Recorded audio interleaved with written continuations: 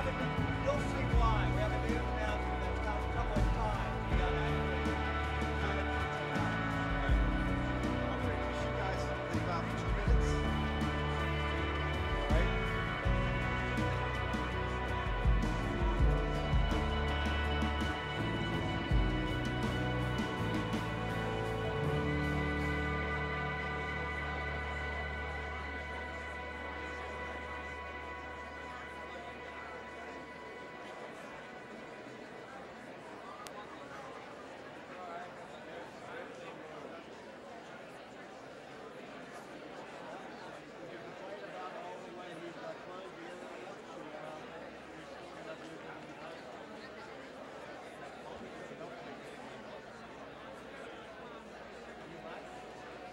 All right?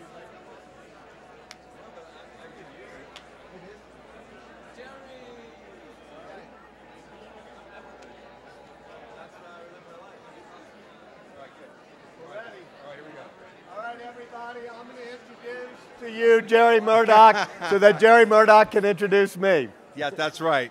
So I'm Jerry Murdoch. I'm a co-founder of Insight Venture Partners and a trustee here at the Aspen Institute. And this session is entitled, What's Next for the Internet? And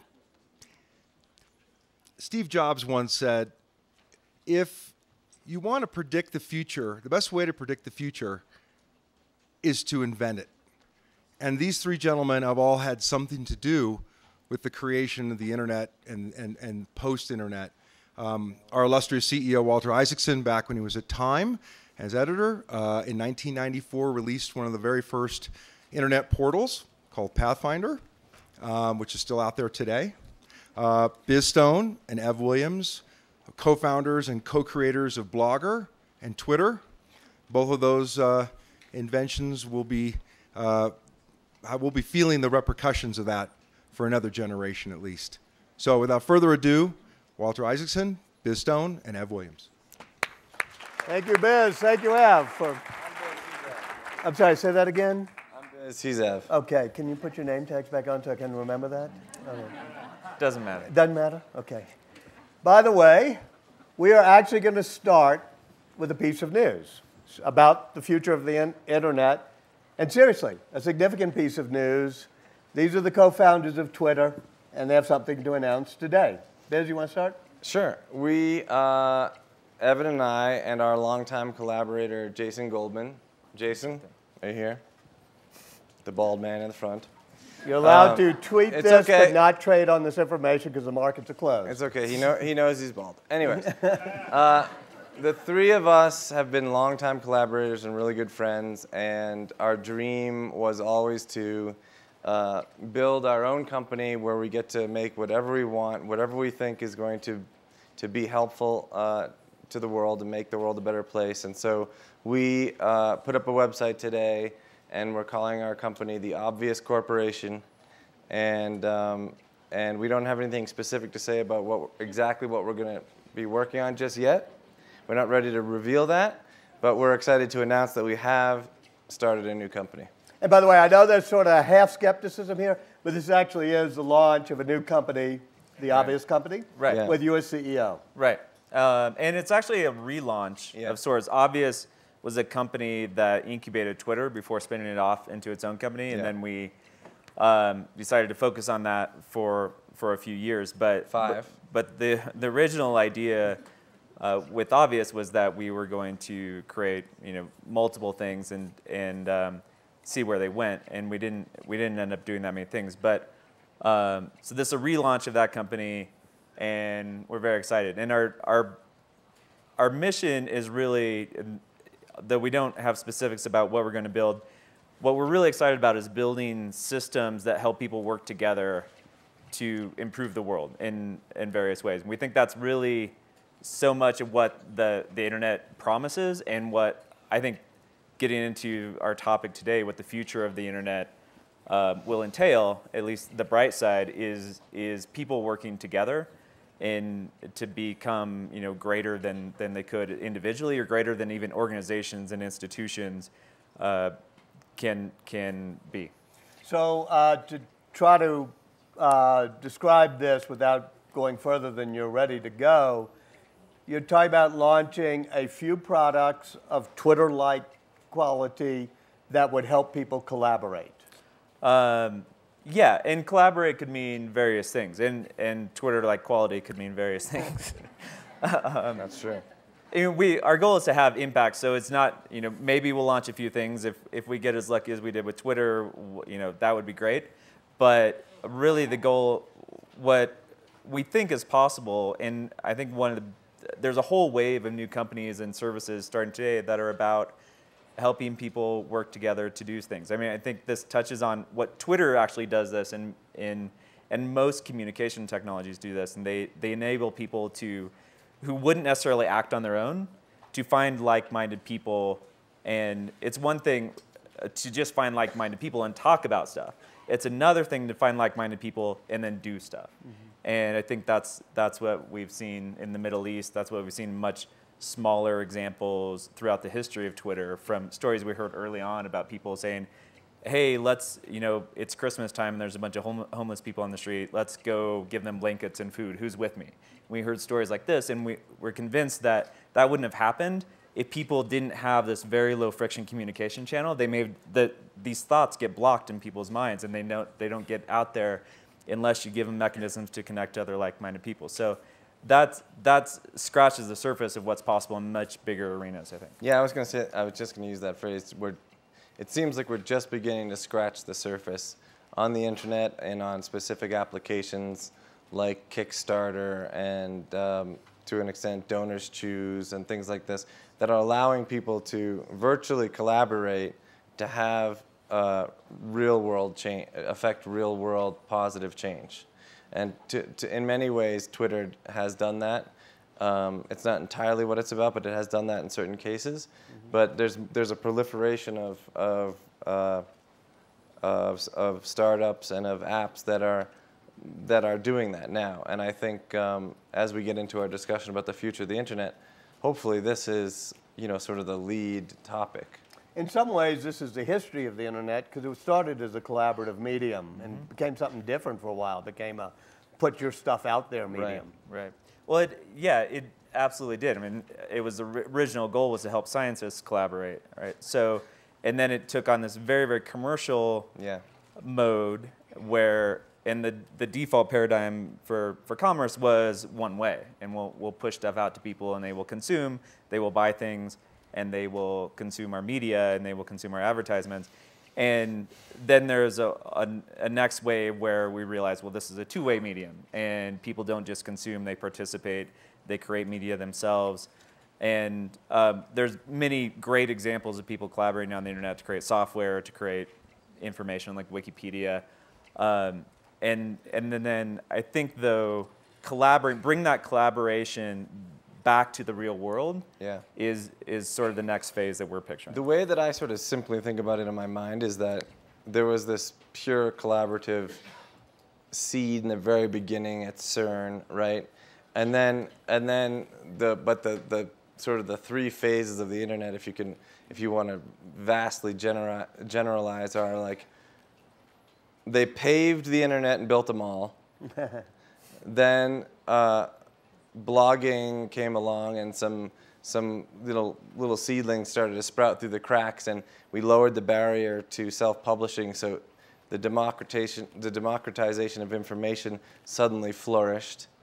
And now we're entering that sort of third phase where it's not just an overwhelming amount of information. There's people working on relevance to get you the best information as quick as possible. But also, this third phase includes taking the virtual and making it real, and making it true, real, positive global changes in the world. Why do you call it the Obvious Corporation? Originally, we called it Obvious because, for a couple reasons. One is we wanted to create products that were obvious and easy to use and straightforward, not tricky, not trying to be too clever. Because we can't be. We're not that clever. But probably a bigger reason was all the biggest ideas are obvious in retrospect. Only in retrospect. Exactly. Right. That's right. Everyone thought, for the first 9 months of Twitter, everyone thought it was just totally useless. They said it to our face every day. And finally, one day, Ev just got frustrated and said, well, so is ice cream. Do you want us to ban ice cream and all joy? You're going to be the CEO of Obvious. I am, yes. But both of you, in some ways, will still be connected with Twitter. And you on the board. Yeah, and we're you both, as all three of us, Jason as well. Jason's an advisor at Twitter. He's the bald one, yes, right. Sorry. I'm on the board of Twitter. You got a nice beard, though. A good beard. And we all have lots of tight relationships at Twitter. I serve on the board of directors. And Biz, go ahead and say what Biz Yeah, does. I mean, we're all of us are deeply invested personally and financially in Twitter. And Ev's an active participant on the board. I am still working with I worked through this with Dick, our CEO, and I said, look, you guys are so awesome that I'm just going to get out of the way. And if you need me, you just ask me to do something. So I'm going to be working a lot with comms and a little bit bouncing ideas off product, but that's pretty much it. And then Jason, it's funny, Jason's like kind of a guidance counselor because almost all the employees at Twitter are constantly like asking Jason for a private meeting. And so he's involved and we're all involved and we all want to see it succeed tremendously. So we want to try to help as much as possible while putting our efforts now day to day into Obvious. Before we get into the future of the internet, let me pick back up on something you said, which was the Arab Spring. I know we've talked about it, and you've talked about it many times, and Twitter and how it affected. So Malcolm Gladwell comes out with this argument, that the revolution will not be tweeted. This is all bull. You responded to that, right? Yeah, I mean, first of all, it was weird because no one was arguing that. So his argument was, these revolutions aren't Twitter revolutions, and no one said they were. So that was weird. So that's what he was arguing against. And then basically I wrote a rebuttal that said, look, agreed, huge major change like the civil rights movement comes from people. People need tools, people use the telephone was a big part of bringing down the Berlin Wall, but the telephone didn't bring down the Berlin Wall. I just think that his argument was kind of a straw man thing. I just think he was angry that people kept writing Twitter into their headlines. And so he said, look, Twitter had nothing to do with it. But in fact, it did have a sideline part because these people were ready to speak up. Twitter was a tool that helped them realize that others felt like them, and it emboldened them and allowed them to feel like, okay, maybe we can do this. And so it has a role as a simple tool, but at the same time, Twitter must remain a neutral technology, not picking sides, not getting involved, not celebrating any part of helping in any success or anything like that. You call it a neutral technology, but let me ask you a question. Do you think from Gutenberg to Twitter, the technologies that enable a freer flow of information and communication inevitably bend the arc of history towards democracy? What do you think? I want to know your answer to that.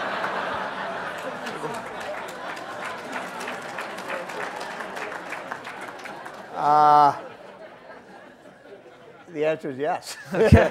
Well, it empowers and enables people. That makes democracy. It's not neutral. It doesn't empower authoritarian regimes. Right.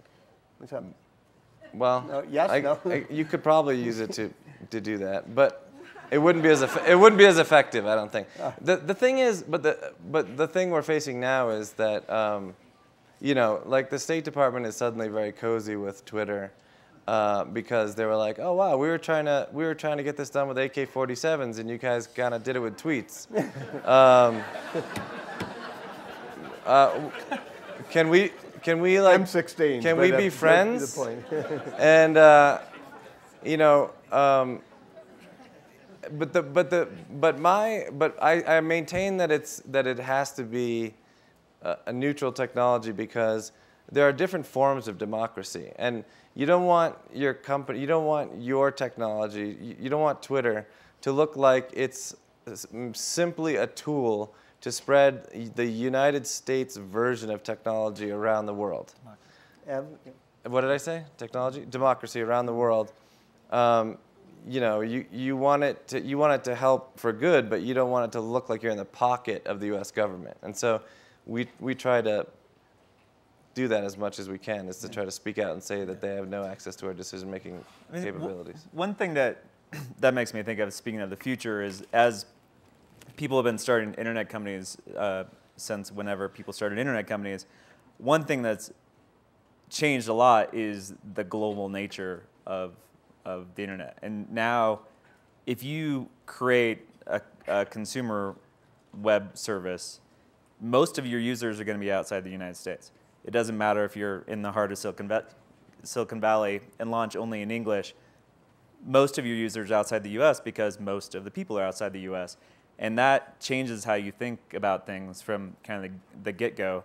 And it comes up in all kinds of policy decisions as you get big, and then the State Department starts calling, and all kinds of other weird things happen when you're a company of like 40 people, and you're like, why is this happening? But I think that's just an interesting factor in designing anything these days, is that if you can make something truly global, and it's more global than it was even 5 or 10 years ago with these networks, because I went to Korea to launch Twitter in Korea in January, and Twitter and maybe Facebook now are the first two services to grow substantially in Korea that are not from Korea.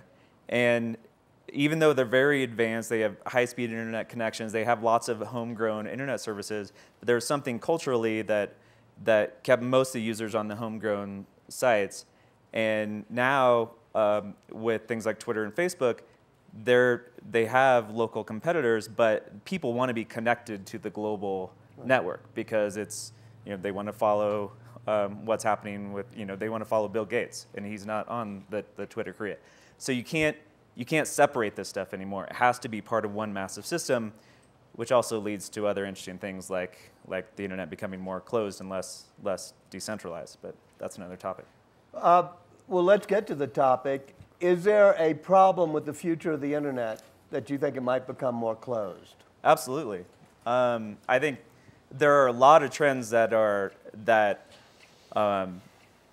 push it toward being a more closed environment. I mean, specifically, the economics of centralized systems and the user experience benefits of centralized systems are very powerful. Are you talking about Apple, for example? Apple is a good example, as is Facebook, as is YouTube even. Because let's take YouTube as a less talked about example. YouTube isn't closed, but it is very centralized. I think 10 years ago, if you would have talked to anyone, any technologist, they would have said, obviously video is coming to the internet as bandwidth increases and storage costs decrease. But at the time, no one I know would have said, yes, and 80% of the video views are going to be run through one service. That would have been a strange thought at the time, because the internet model was decentralization. Every website, every newspaper, everyone has their own island on the internet, so why wouldn't video work the same way? And now we're looking at a world where if you want to publish a video, you probably publish it on YouTube, whether you're, or your major media outlet, maybe you publish it on your own site, but lots of organizations publish on YouTube. Partly, at first is because it was a lot easier, but now it's because that's where the viewers are. And so it has big network effects, and those network effects will make it more and more powerful. And the same thing with Facebook, and the same thing with Apple now. If you want to write a mobile phone app, then you're going to publish through Apple's store, because that's the only way to get it on the phone, and because that's great for users. And it's the same thing over and over again, is that the user experience is superior if it's centralized, and the reach is better, and the economics are better. So what we're getting is a platform wars, where there's a few major players that are getting bigger and bigger, And there's opportunities for little guys to be on these major players' platforms, but I think it's going to be, we're more dependent on these platforms than ever before. Couldn't you put Twitter on that list? Yes, hopefully. It's almost like there's a bunch of different internets, and you just pick the one you want to. So we have moved, I mean, by internet, most of us have grown up thinking of the internet, which it has been for 20 years, as basically HTTP web-based internet. I mean, before that, there were other variations of the internet. So we've had 20 years of a web-based internet. Now you're saying we're moving towards a social network-based internet, but there will be certain platforms like Facebook or whatever, YouTube, and that'll be more centrally controlled, perhaps? You could go on your iPod Touch and just not have Safari and still get almost everything you need. So we moved away from a web-based internet. You know what I mean? I mean, you can get everything. You can get maps, you can get Wikipedia, there's an app for that. Like, you know. You could do it on your iPhone. Yeah, I mean, everything's on there. So. But I think the distinction that's important isn't whether it's HTTP. Most of the apps use HTTP in the background.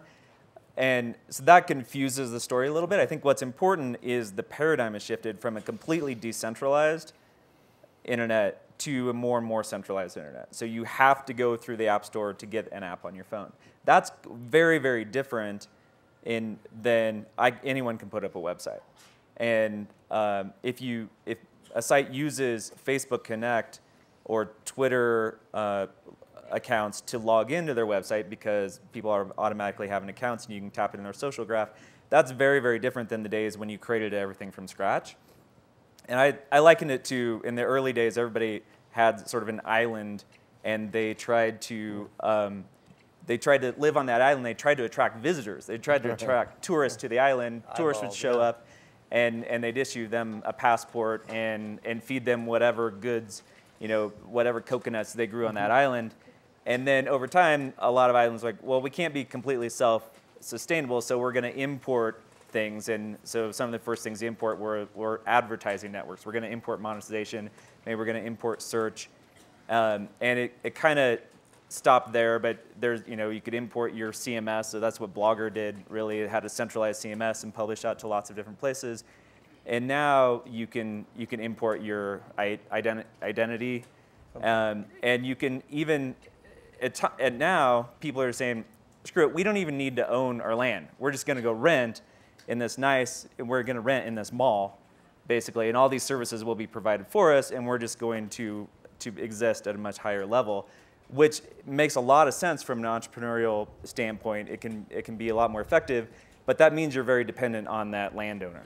And what's the downside? Maybe the landowners get too much control. And so Facebook changes, or they Apple change a changes rule the that terms just of service. Yeah, like when we started Odeo, this is a little bit different, but when we started Odeo, it was a podcasting service that let you record into your browser and send that recording out to anyone who had an iPhone, and they would sync it with their iPhone. And then Apple said, we have podcasting in iTunes, and we said, that's probably a good place for it. That's probably better than our website. And so once they made that decision, we were kind of, we had to pivot. But that's a little bit different. Another big difference, it seems, let me ask you, is that if you're doing it apps-based as opposed to just purely webs-based, it's not searchable and linkable as much, right? It's not as, Right. Yeah, exactly. It's not part of the internet, the greater internet, really. I think in many ways the apps are a step backwards from the web because they're not connectable. Are you old enough to remember AOL and CompuServe? Oh, sure. I mean, that's what it's a step backwards, right? Walled gardens. Yeah. Yeah. Mm-hmm. And the lighting just got different. It got more gloomy. Ominous.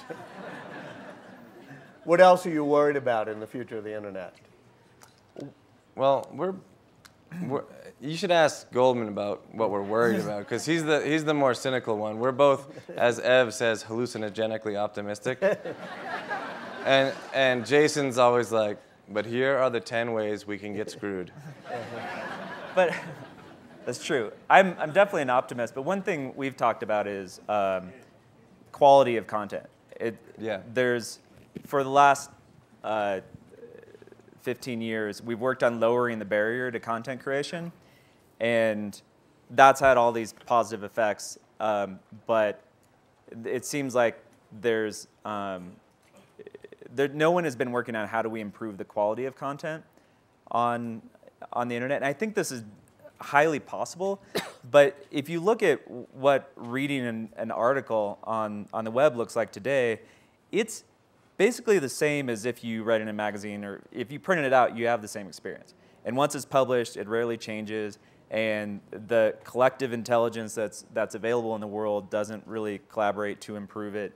And the process of creation isn't very much different than traditional media. It's just the distribution is the only thing that's changed. I think all those things could potentially change. The consumption experience, the evolution of information after it gets out there, the production process could be way more efficient and open.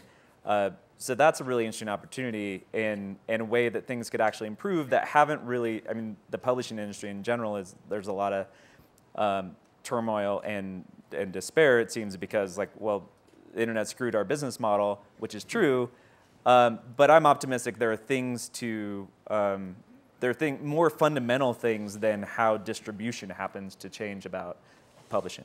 And where does collaborativeness come in beyond the wiki phenomenon? I think there hasn't been nearly enough. Sorry, do you have an idea on this? I keep answering. No. Well, yeah, I do, but you started talking. Well, I think there hasn't been nearly enough experimentation between user-generated content and professional content. And they're pretty much different worlds on the internet today. And the best you get is an article and then a bunch of comments underneath the article completely separated. And those comments can be from anybody, so no one ever reads them because they're, you know. And so, Totally. Like, I want to read my New York Times after Walter has read it and highlighted and written in the margins. Not everybody in the world, but depending on what the article is, someone who's expert. I don't know exactly what that looks like, but just there's all kinds of ideas. Just like Wikipedia, there's a collective intelligence that collaborates to make more accurate information most of the time. Why doesn't that exist outside Wikipedia? Right, and just to your point about collaboration, and I think there's much more ways of thinking about collaboration on the web than groupware or specific apps created to collaborate. Just apps like Twitter that are just wide open, where you can follow any interest that you like. Whether you tweet or not is up to you, but you can follow your interests on Twitter. You can follow your mom. You can follow CNN. You can follow whatever it is, anything. Nike. I think there's a lot of potential for collaboration because people meet others that they would never have met if they were just on a social network, because you connect with people you already know there. You're just reaffirming your relationship. But when you're on a fundamentally different system where you're following people you wish you knew, instead of people you used to know, then you're kind of, it's more of an aspirational thing, and we've seen it over and over again. People are holding these tweet ups where they say, look, we've all started following each other on Twitter, and why don't we get together and meet each other in real life?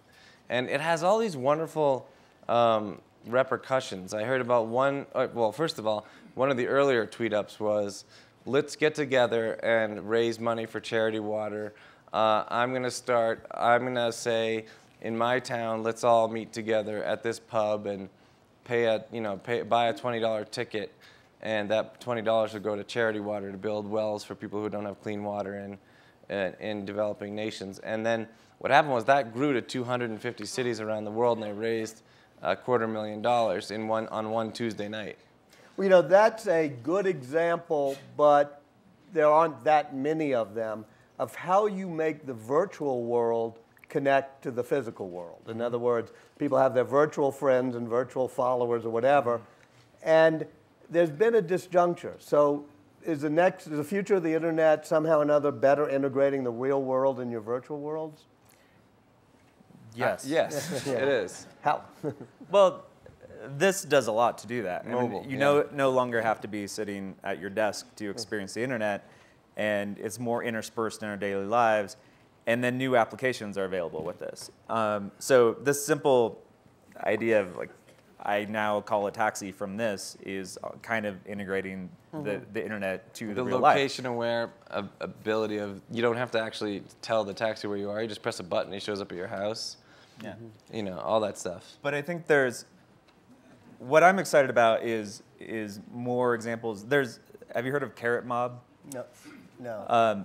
Carrot Mob amazing. is an idea. Oh yeah. Sorry. Yeah. So Carrot Mob, so named because it's the opposite of a boycott. Yeah. Anti-boycott. Yeah. The idea is people should vote with their dollars, but the only organized way to do that is say we're going to boycott this business, and that's kind of negative, and also it doesn't seem like there's necessarily an effect most of the time.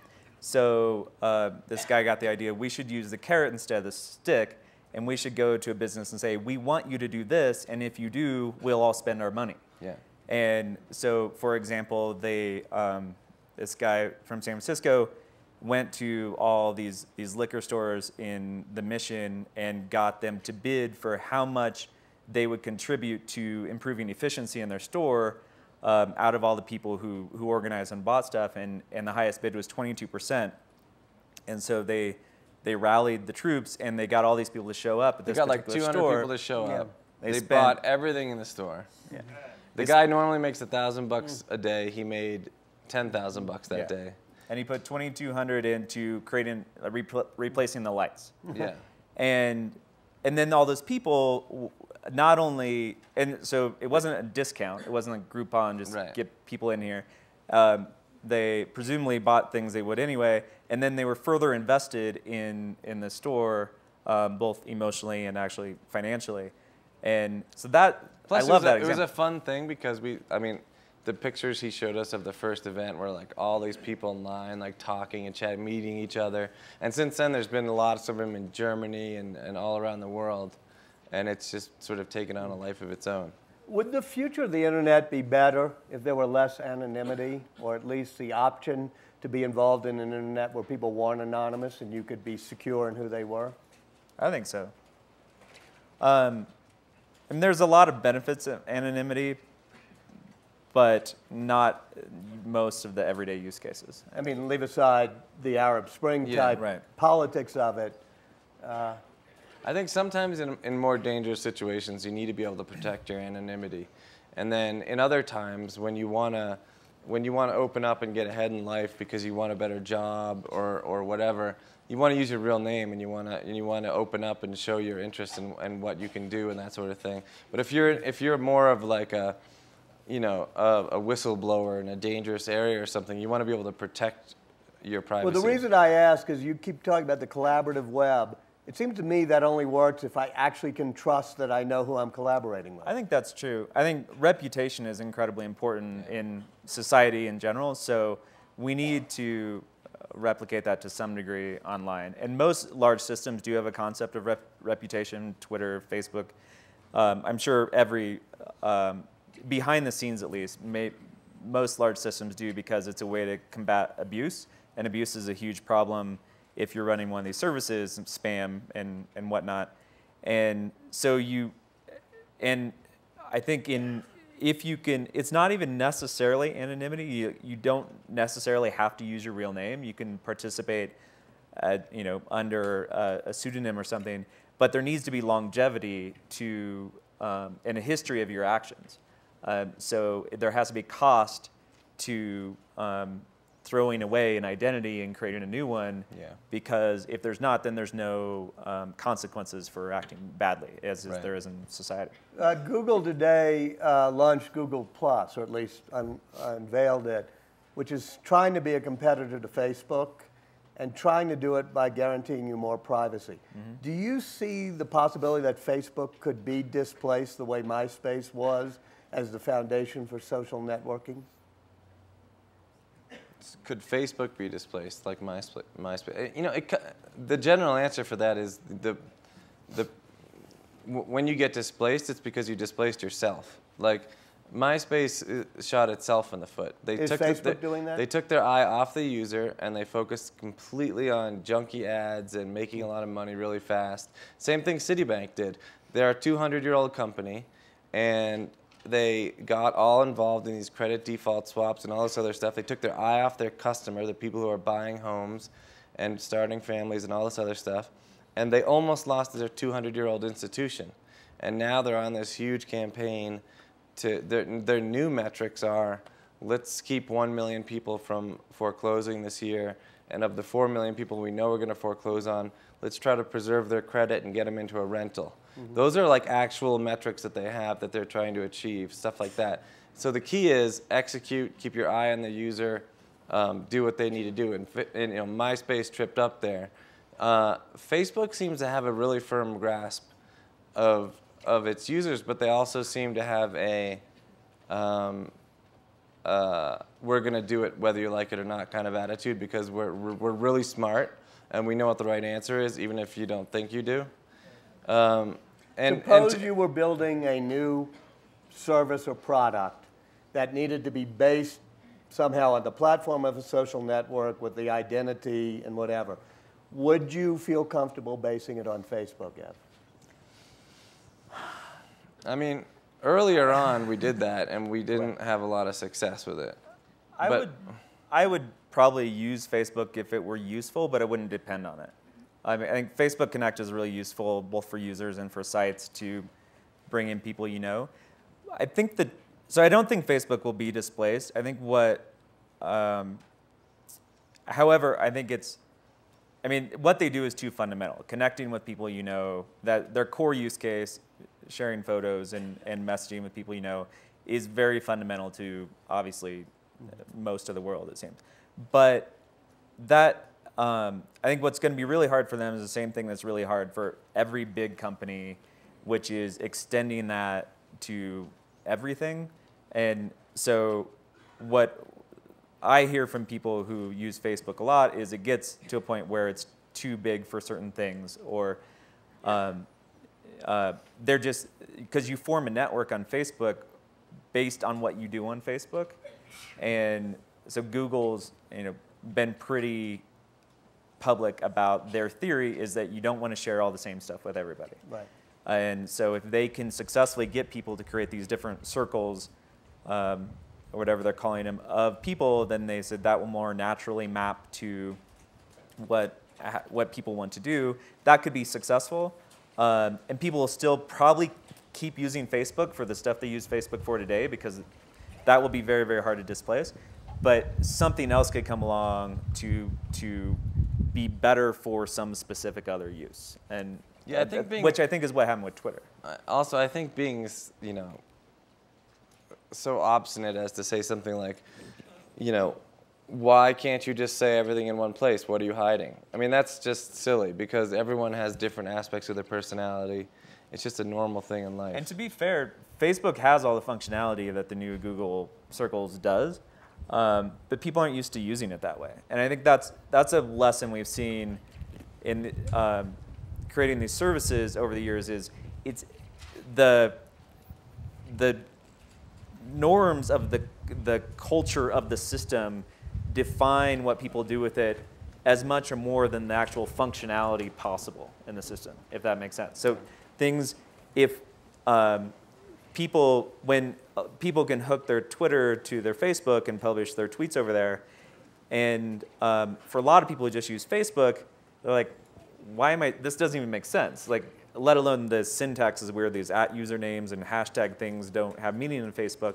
But it's also just the type of things people share on Facebook it's a different use case for a lot of people than what they do on Twitter, even though the functionality could, the functionality of Twitter is really a subset of what the functionality of Tom Friedman started this week by saying he's never used Twitter, never used Facebook, never seen any reason why he would ever do it.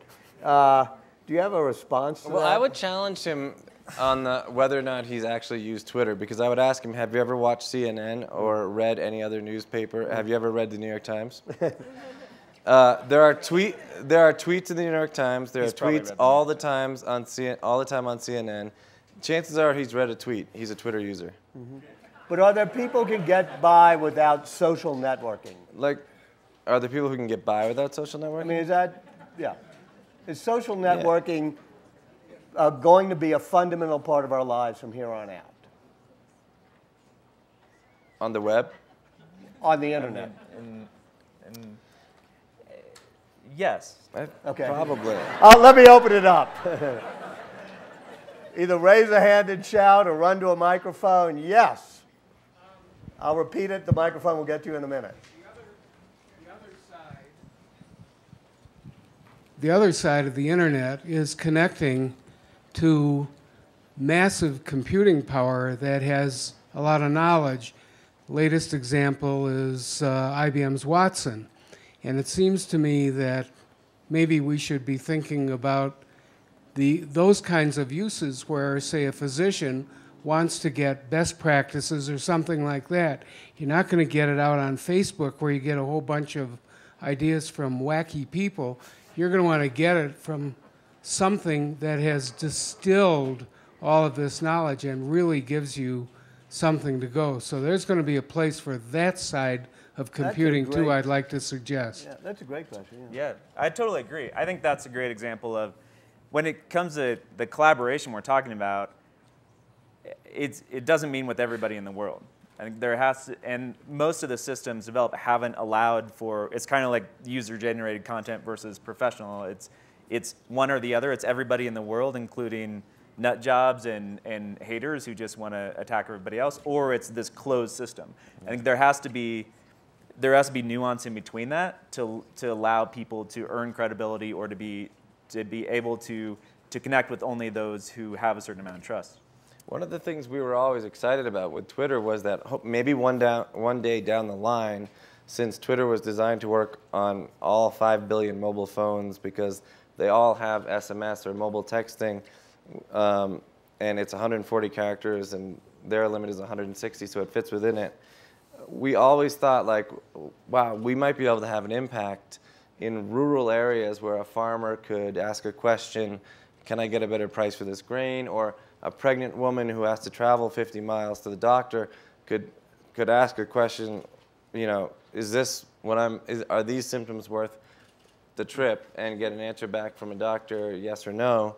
And in fact, tests have already been done in Uganda and other places with SMS, just simple SMS, where you know, lives have been saved because they've been able to you know, report you know, medical diagnoses just over SMS. And even some guys in Berkeley invented a microscope you can slip over an iPhone, and you can take a microscopic picture of the virus and then send that picture in an email from a, like, you know, a ramshackle kind of clinic to a fancy clinic, and get back within a minute a diagnosis of that virus. Could you have a collaborative web the next time where somebody takes a CAT scan of somebody's, you know, whatever, and said, let's have a collaboration around how to deal with that? Could you see creating a high-end product that way? Yeah. Why not? Yeah. Right, definitely. Probably someone already has. The internet's really big. I know, every time we have this, like, what we think is like this genius idea, we just look it up and it's like, oh, there's already 10 guys working on it. But Charlie Firestone. Thanks. You started off talking about the separation of the internet with companies, but there's also the issue of separation of the global common medium with countries. And I'm wondering if you have any concern about that, Iran or China or what happened in Egypt, in terms of the global common medium of the internet, and if you have any interest in pushing for a single global digital market. Well, yeah, I mean, I just, you know, our philosophy right now is, you know, and has always been that the open exchange of information can have a positive impact on the world. And we often get blocked by countries that don't agree with that philosophy. We're blocked in China now. We're probably blocked in some other places. The funny thing is, people find ways to continue twittering. We've found that in order to completely shut down people from twittering, you have to shut down the entire telecommunications service and the internet. And when you do that, you cripple your entire state. And so who was it that did that most recently? And they were like, whoa, we got to turn this thing back on. But so it's really not worth it. Like, even now that we're blocked in China, we still see in our logs traffic coming from China. So people are figuring out ways around the block to continue to collaborate, to tweet, to share information. Does that answer the question, or was there another? Well, I think that this isn't exactly what you're asking, but what I worry about is the separate worlds within the U.S. and people only paying attention to people who agree with them. That's one of the ironic things about what all these technologies have created is more separation in some ways rather than more connection. And there's less of a common marketplace of ideas to some degree because people are just filtering out everything that is from a different viewpoint. And the technologies encourage you to filter these things out. You got to shuffle the deck. Shuffle the deck, yeah. So, well, that's what that's some of the Twitter stuff we're doing is starting to get tweets in front of people from others that they're not following. So, I mean, one of the dreams of ours has always been to say, like, okay, we know you live in Berkeley and you drive over the Bay Bridge every day. Maybe you don't follow the Bay Bridge on Twitter, but it's like 4:45, and we just thought you might like to know that the Bay Bridge fell down. And you'd be like, okay, yes, I did like to know that, thank you. And you wouldn't be like, screw you, why are you tweeting me? You'd be like, this is good information. So there's information, there's 1 billion tweets every 6 days. There's definitely information in there for everybody that's relevant. And we just have to work really hard. The Twitter team has to work really hard on delivering those relevant tweets to the people who need them right now, wherever they are, on their mobile device, so that their lives can be made smarter, richer, better for it. Yes, ma'am. This is for all three of you. Could you speak about the... Oh, sorry. Okay. For the three of you, could you speak to the conversation about the singularity and the role that youth have adopted, that this is coming, and a lot of them have simply accepted that this merging is going to happen?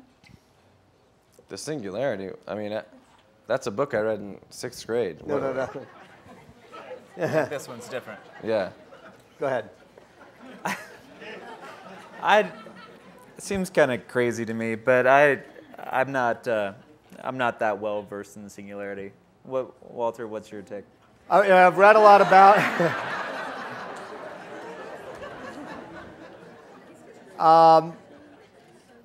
I don't think we have to worry about it yet. I don't think I've read the Wired magazines and other accounts of it. I just don't think we're about to lose control. And we'll find out. Next year, we'll put it on the agenda and find out whether we're right or not. I will say, from running systems that involve thousands and thousands of computers, it's really hard just to keep them working, let alone them working on their own to do something. Yeah. For those who don't know, singularity is when those machines finally don't need us anymore, and they can work off on their own. I almost think the opposite is that we keep seeing the limitations of machines every day, as opposed to the fact that they could run amok without us. And we still haven't gotten voice recognition and face recognition of machines, and we Actually, should. I do have something to say on this. I think we need to learn how to work together before we can teach machines how to work together. One of the things that when Twitter first broke out, it was because we went to a conference called South by Southwest in Austin, Texas. We went to the nerd portion, and it was early on in Twitter's history where basically it was just nerds on Twitter and nerds at the conference, and it was a huge overlap. And a few things happened, but I'll just relay one, and that was there was a guy at a pub. He wanted to talk more freely and openly with his colleagues at the pub, but it was really loud in that pub. So he used Twitter to send out a tweet that says, hey, it's too loud here. How about we walk over to this other pub on 6th Street? And he named the pub. In the 8 minutes it took him to walk to that pub, It was completely filled to capacity. There was a line around the block. His plan totally backfired, but what had happened was, in 8 minutes, 800 people had converged on one spot from one tweet because he sent it to his followers thought it was a good idea, sent it out, and so on. And the metaphor that came to my mind was that of a flock of birds moving around an object in flight like a tree or a telephone pole. And when you look at it, it looks like it's incredibly choreographed. It looks incredibly complicated and difficult, and yet it's not. The mechanics of flocking are totally rudimentary. It's just simple communication among individuals in real time that allow the many to behave as if they're one, almost as if they're one organism. And this, for the first time ever, we were seeing people behaving almost as if they were one organism like this. And we had never heard of a tool or never seen of anything like this before. And that sent chills down our spine because we thought, sure, this is a party, but what if it had been something more serious, a disaster, you know, a political situation? And we actually went back, I think it was 2 days later, and formed Twitter Incorporated because that was the first big realization that we're onto a new form of communication among humans that could potentially, you know, change the world. Mm-hmm. Yes, sir. Hi, my name is Jason Pollock. I'm a filmmaker and Twitter addict. I currently have 92,000 followers on Twitter. It has changed my life in so many ways I can't even begin to describe. So thank you so much for creating it. One thing that we always read about is there are a lot of people like me on Twitter that use it all the time, but we're actually a minority of the user base. And a lot of people know what Twitter is, but not many of them are active users every day. So I guess I'm wondering how you guys are, you know, tackling that issue and what you're doing. Well, it also depends on how you describe an active user, because we like to say that you can get value out of the internet and you don't have to create a web page. You don't have to necessarily tweet to get value out of Twitter. You know, 6 billion tweets every 6 days. There's a lot of info in there. There's 1.65 billion searches a day. There's a lot in there to find. But what were you going to say? Something smart. Well, I mean, I think that there's two answers to that. One is that most of the reports that have come out about what the percentage of active users are on Twitter are only looking at tweet creation, and we see this. That's a little bit of a misunderstanding that people have when we talk to people all the time. It's like, yeah, I don't use Twitter. I just don't know what to tweet. I have nothing to say to the world. And then turns out they either actually read tweets all the time, or we start interviewing and say, well, what are you interested in? And it turns out we can create them a Twitter stream that they love and go back to all the time. Turns out, I think 2 out of 3 Twitter sessions result in no tweets being created, but people are using it as a source of information. So most of the measures do not look at that. So Twitter, as a company, cares about the people who are getting information from it just as much as the people creating information. And that percentage is increasing over time because a lot of times the early adopters were more likely to create. So there actually are a lot of active users that you may not know about. And 2 is because of that sort of misunderstanding that we've been trying to correct for a long time, and people are getting more and more of an understanding. I think the Osama bin Laden thing was for Twitter a great milestone for a lot of people who saw, oh, this information came out on Twitter. Oh, Twitter's a news source. Oh, I get it now. It's not about the cliche, here's what I had for lunch today. It's about getting information I care about that's happening in the world. And I may not even have to have a Twitter account, but this stuff is here and it's real time, and it's relevant to me no matter what I do or where I am. Yeah, and I mean, just me alone, I probably check Twitter like 22 times a day and tweet once a day. But I think that speaks to, I think you can define engagement in 2 different ways. And I think for a long time, a lot of internet companies have been defining engagement the wrong way. I think if you define engagement as hours spent staring at a computer screen, like, yes, on average, our users spend 8 hours staring at our site. Like, we are awesome at engagement. I think that's a very unhealthy way to measure engagement. I think that if your users are checking your service 20, 30 times a day for 10 seconds at a time, to make a quick decision or figure out what they want to do next or what have you, that's a way better type of engagement. That's a healthy engagement that shows that our service is helping them make choices every day efficiently and smarter and saving time and et cetera. And I prefer that level of engagement over that, like, you know, slumped over a computer screen for 8 hours, you know, playing a game or something. Right. Questions? Yes, in the light blue. Oh, Johnny, is that? Or yeah, Johnny McNulty. Yeah. I have a question which applies to Twitter, but also the internet in general, which is when is misrepresenting yourself or sort of creating a new identity good and okay and part of fair play, and when does it change to manipulation that's not okay? So, for example, obviously people who are protesting should be allowed to create falsehoods about who they are. And I'm a comedian, and so my Twitter personality is not a real person by any measure. And I also misrepresent, for example, the company Boar's Head on Twitter. I have a fake relationship with them that implies that they perform live Zoroastrian masses on Twitter, and etc. But when does it change when like companies are doing it? Or if they misrepresent support. Like yesterday, Professor Zittrain was talking about sites like Mechanical Turk. You know, obviously a company can't create shell accounts to make a trending topic, or I'm sure you guys would see it.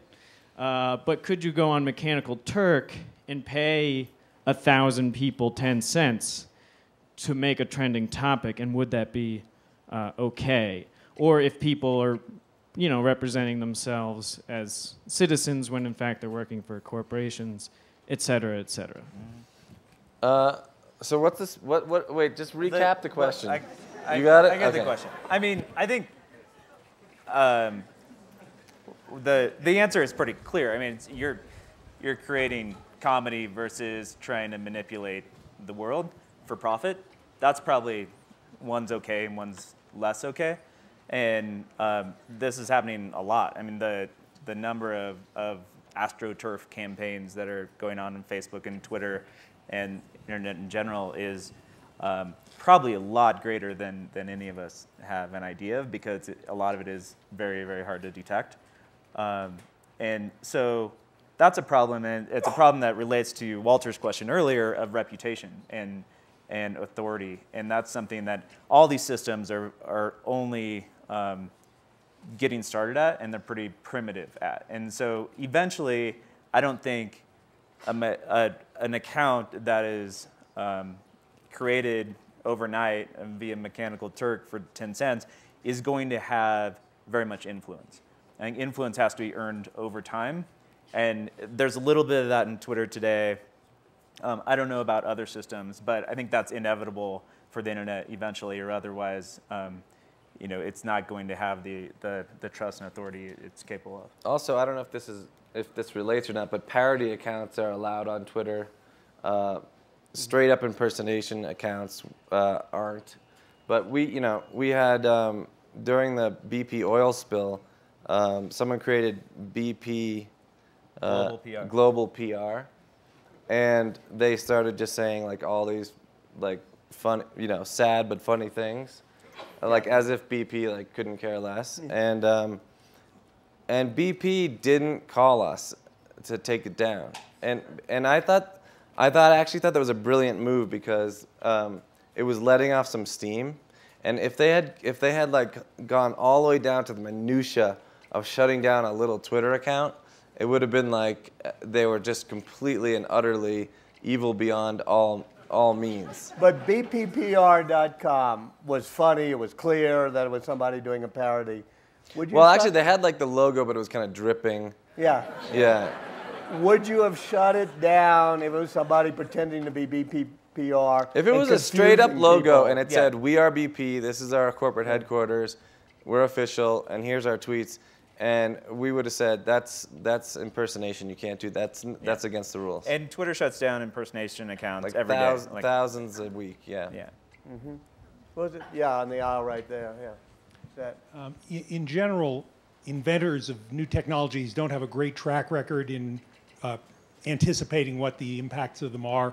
Alexander Graham Bell. Except for us. Well, like Alexander Graham Present Bell. company excluded. Well, I was going to ask you. Alexander Graham Bell thought the great thing about the telephone is it'd be a way of listening to concerts, you know, one way.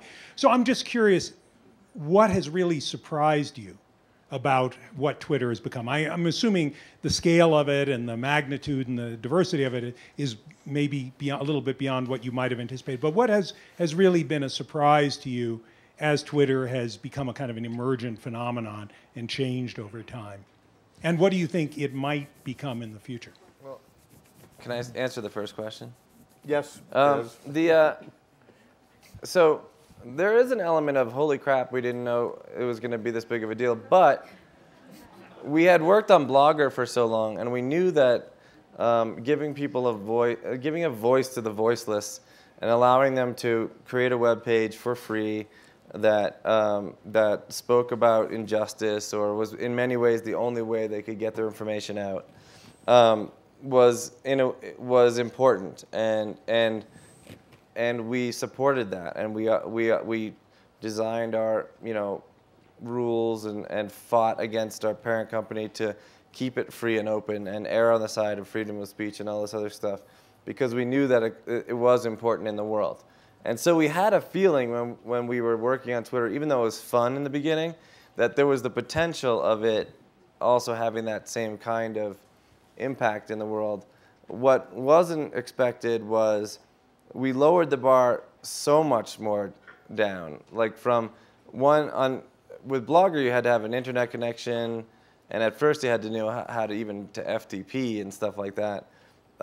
With Twitter, you just needed to know how to do a text message, which the world was getting to know very quickly. And so that what really surprised me anyways was the speed that Twitter grew at, and the speed at which all of this stuff was adopted, and the way that it sped up democracy and sped up business and sped up all these other things. But let me ask, was it a holy shit moment when all of a sudden somebody says, "Hi, I'm Jared or Alex from the State Department, and would you please not do maintenance this weekend because we're having a revolution somewhere"?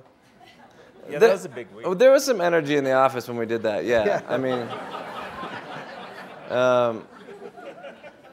but again, my primary thing on that was, oh boy, I don't want people to think we're doing this because they asked us to.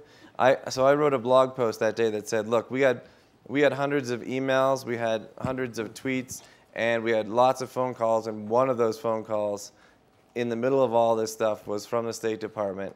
And we decided to change the maintenance window because all these users thought it was a good idea, and frankly, we really should be up anyways.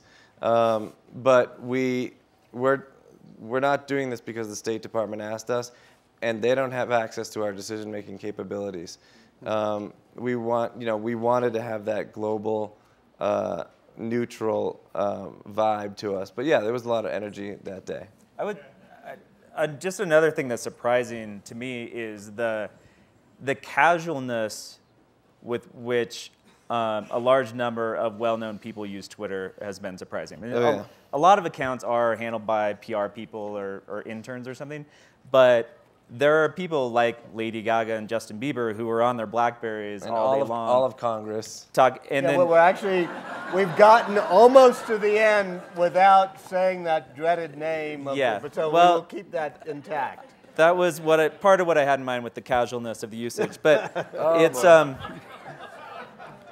people are just out there saying stuff. You know, it's funny though. In the very beginning, I had an argument with Ev or somebody, and I said, celebrities aren't going to use Twitter because the reason why they're celebrities is because we don't have access to them. We only get to see them in movies, and therefore they're special, and we look forward to that, and we don't want to see their regular lives because then they won't be special. And then they all started going on Twitter like crazy, and some of them probably shouldn't have.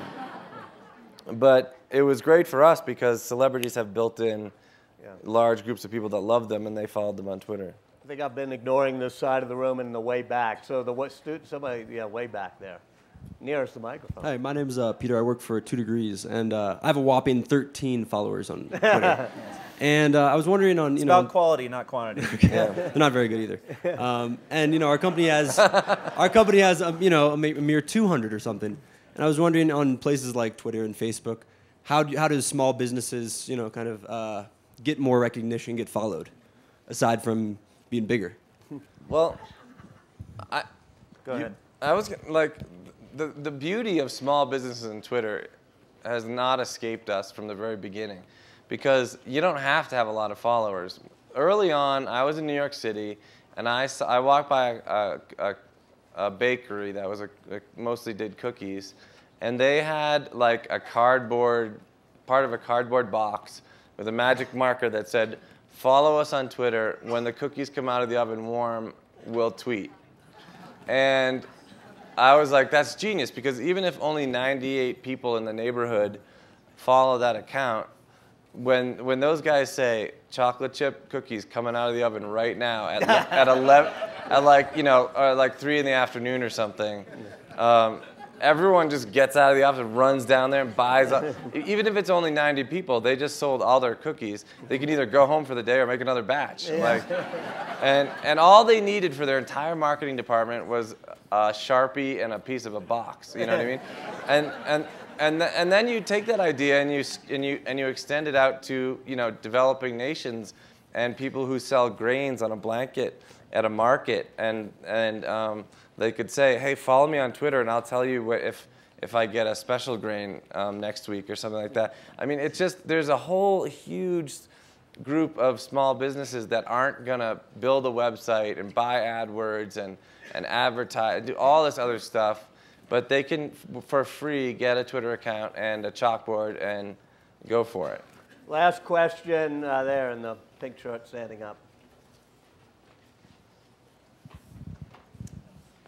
Hey, my name's Eric Kuhn. I'm actually a talent agent at UTA focusing on social media, and previously I ran social media for CNN. My question to you is, there's a lot of talk right now about the tech bubble. Is it going to burst?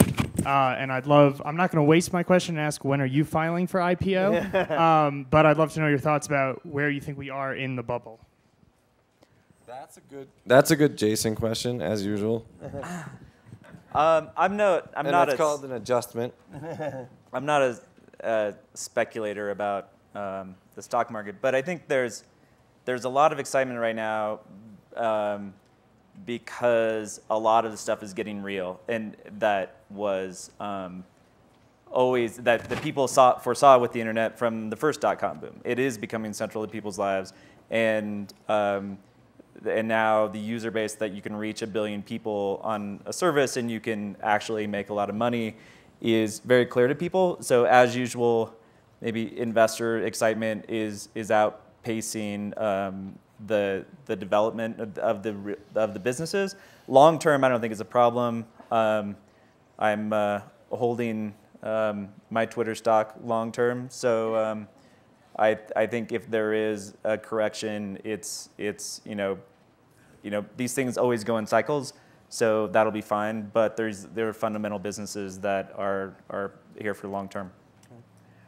Jerry Murdoch, you still here? And Gina, where are you? Jerry, Gina Murdoch.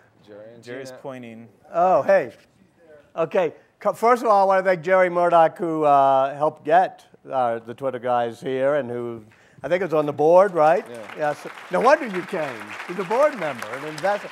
And Jerry and Gina are going to come up, or Gina's going to come up in a second and talk about the yoga that we can do. But first, let me thank our people here. Let me thank Evan Biz for doing what they did. Thank you, Walter. We really appreciate it. And what is the hashtag? I forgot, for Aspen. The hashtag for this? Yeah. I don't know. Aspen Ideas is the hashtag for this. And I've been reading all the tweets on the HP boards and Pepka. So thank you all very much. All right. Appreciate it. Gina, you got to do yoga, and Gina is going to give you a little preview of that. Thank you. You guys, we're going to do a body breakout in the park at 4, so I want to invite you all to do that. But we want to give you a quick taste here for about 5 minutes. So I want to ask you guys just to stand up at your seats. I know you're anxious to get out of here, but this is really going to help activate your mind and your body. Let's see if this is going to work. Good. I like this. Okay. Stick around, guys. Stick around. It's only 5 minutes. We're going to activate your body and your mind, okay? All right, good. So we're with the Aspen Yoga Society. We're trying to promote the Aspen idea, which is connecting mind, body, and spirit. So we're going to have you guys start by just standing in your seats. Bring your arms up over your head. Take a big breath in. Inhale. And then exhale with an ah. Let's do it again. Inhale up. Ah. One more time. Inhale up. And big ah. Beautiful. Now we're going to stretch this side. If you can, bring your arms up over your head. Good.